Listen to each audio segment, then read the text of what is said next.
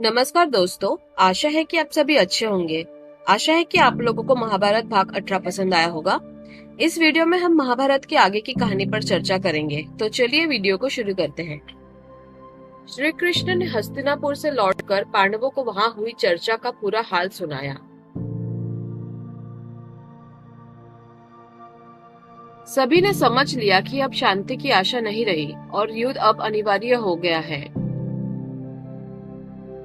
पांडवों ने तुरंत युद्ध की तैयारियां प्रारंभ कर दी। उन्होंने अपनी विशाल सेना को राजा द्रुपद के पुत्र धृष्टद्युम्न के नेतृत्व में 7 दलों में बांट दिया।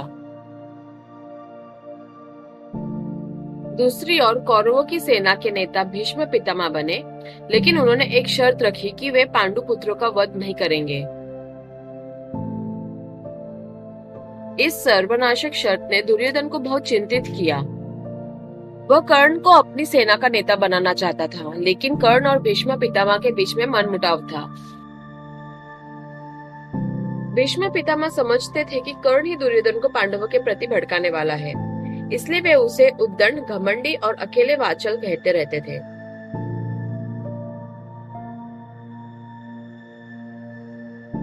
इसी कारण कर्ण ने उस समय तक युद्ध से अपने आप को अलग कर लिया था, जब तक कि भीष्म पितामह सेना का नेतृत्व कर रहे थे।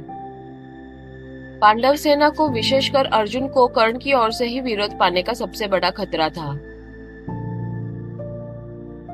इस युद्ध में कर्ण के पास दिव्य कवच और कुंडल थे, इसलिए उसे जीतना बहुत कठिन था।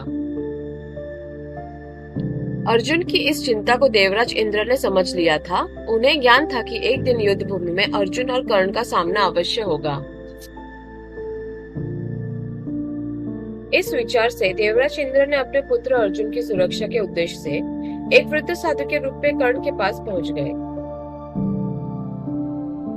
कर्ण उस समय सूर्योपासना कर रहे थे। सूर्यदेव ने उसे स्वप्न में सतर्क बनने की सलाह दी कि उसे अपने कवच कुंडलों को किसी के मांगने पर भी नहीं देने हैं।